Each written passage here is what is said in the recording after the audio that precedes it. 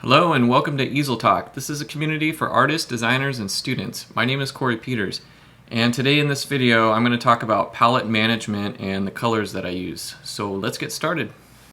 So these are the colors that I have on my palette. Let's start with the bottom. Let's start with titanium white. That is a cool opaque white. Above that I have cadmium yellow light. That is my cool yellow. And above that I have cadmium yellow medium. That is my warm yellow. Above that, I have yellow ochre. That is a really good neutral earthy yellow. And above that, I have cadmium orange. You could mix cadmium orange by taking your cadmium red and mixing it with cadmium yellow. But since I mix that color often, I have purchased it and I keep it on my palette. Above that, I have cadmium red. That's my warm red. And above that, I have permanent alizarin crimson. Now this is a lot better than just your regular alizarin crimson. It has a better light fastness, so it's not going to fade or crack as easily over time. It is more expensive than regular alizarin crimson, but you do get what you pay for. Above that I have Terra Rosa.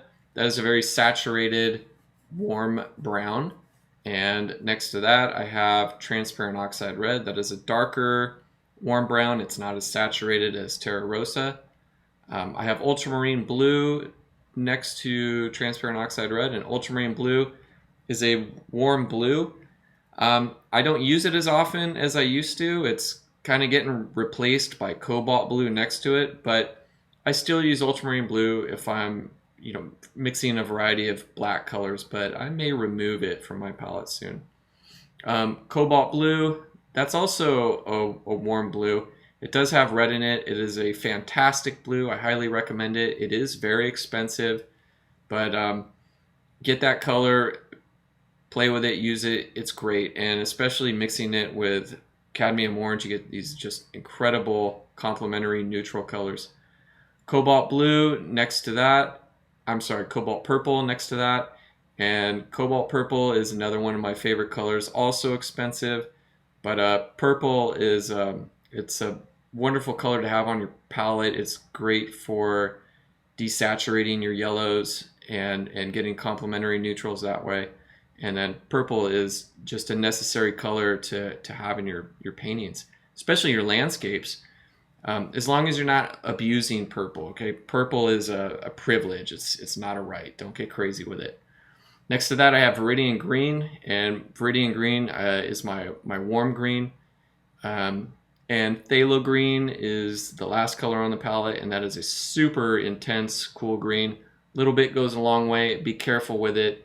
It's very easy to kill your mixtures with Phthalo Green. So that's it. And don't be stingy when you squirt out your paint.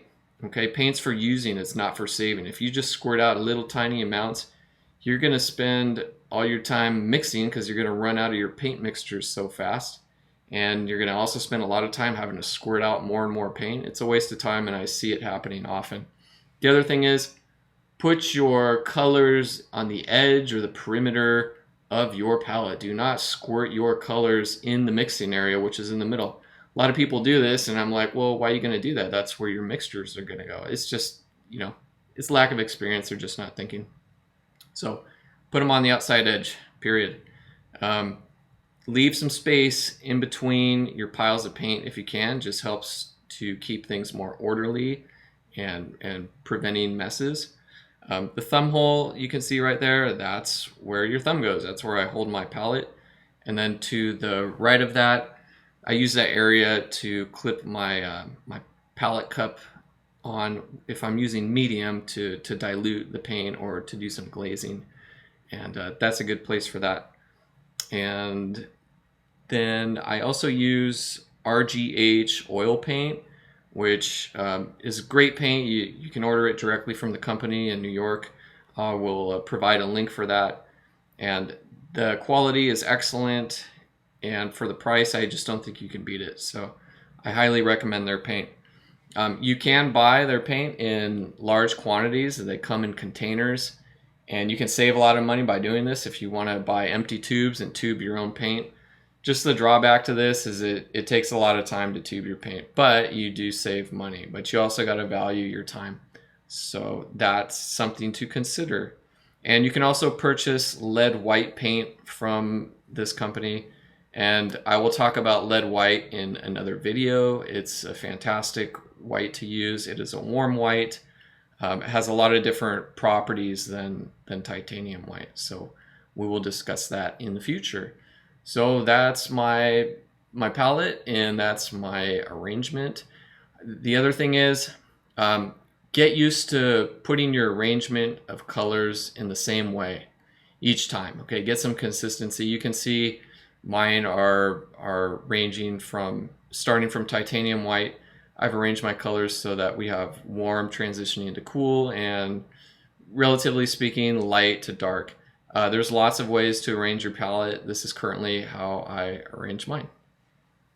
All right, folks, that's it. I hope you found that informative. Please like and subscribe if you did. And very soon I will be talking about mixing. So I hope you all have a great day, and we'll see you back here soon.